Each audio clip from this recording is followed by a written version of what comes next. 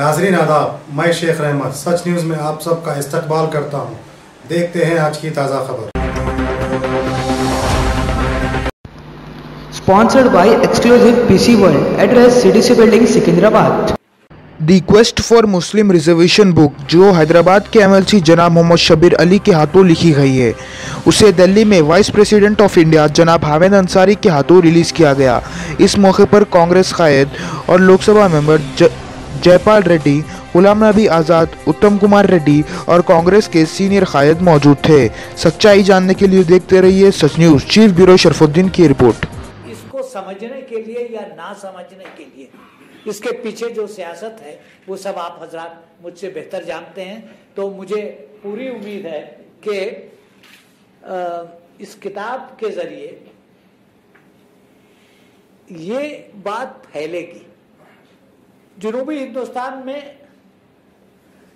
कहना नहीं चाहिए, यहाँ शुमाल के लोग बैठे हुए हैं, सलमान साहब भी बैठे हुए हैं, मगर इन कुछ चीजों में रियलाइजेशन जरा जल्दी होता है। तो केरल में उन्होंने अपने तरीके से किया, कर्नाटक में अपने तरीके से किया, तेलंगाना और आंध्रा में अपने तरीके से किया। तमिलनाडु में भी 2%। जी, तमिलनाडु में भी।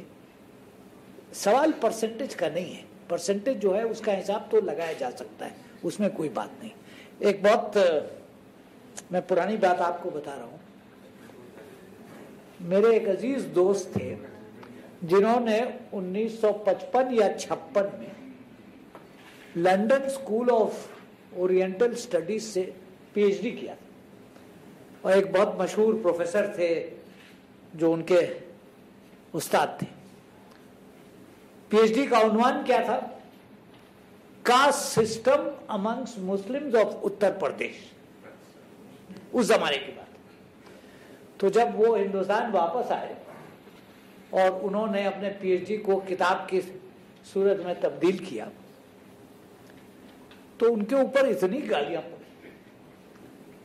वो इत्तेफाक से फरंगी महल के खानदान से थे कि किस खानदान का फर्द कैसी बात कर रहा है। वो बेचारे घबरा के हिंदुस्तान छोड़ के चले गए और जिंदगी भर बाहर रहे। मगर वो उस जमाने की बात है कि मुसलमानों में मसावत है, इसलिए पसमानदगी नहीं है। मसावत अपनी जगह पे, पसमानदगी एक हकीकत है। तो अगर पसमानदा तबके के लोग हैं, जो भी उनका धर्म हो, जो भी मजहब हो, तो समाज का फर्ज जो होता है वो ये है कि उनको सपोर्ट करे, उनको एक लाइन में खड़ा करे ताकि सब साथ चल सके। तहफ़्फ़ुज़ात की जदोजहद मैं थोड़ा उससे हटकर, और मैं जयपाल रेड्डी साहब से इत्तेफाक करता हूं, ये जगह मौजू नहीं है कि जहां हम खुल के बात करें। लेकिन आज का मुल्क में मांग जो है वो रिजर्वेशन की नहीं।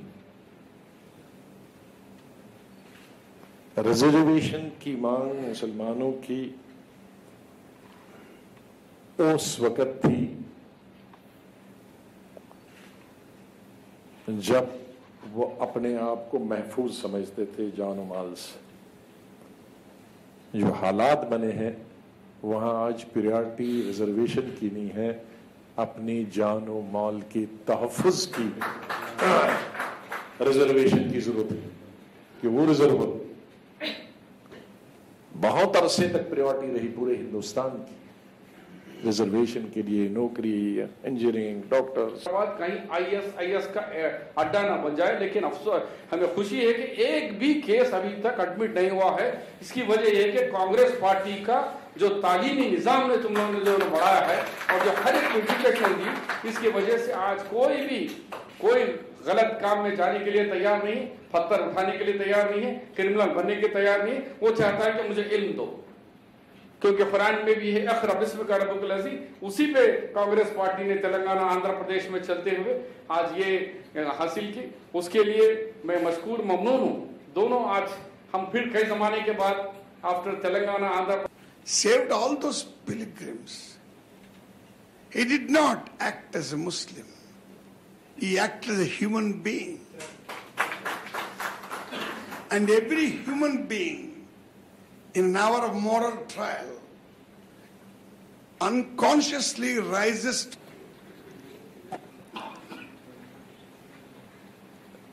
Honorable Vice President of India, Janab Hamid Ansari Sahab, distinguished guests, distinguished friends, it is indeed a privilege and an honor to propose a vote of thanks in such an august gathering.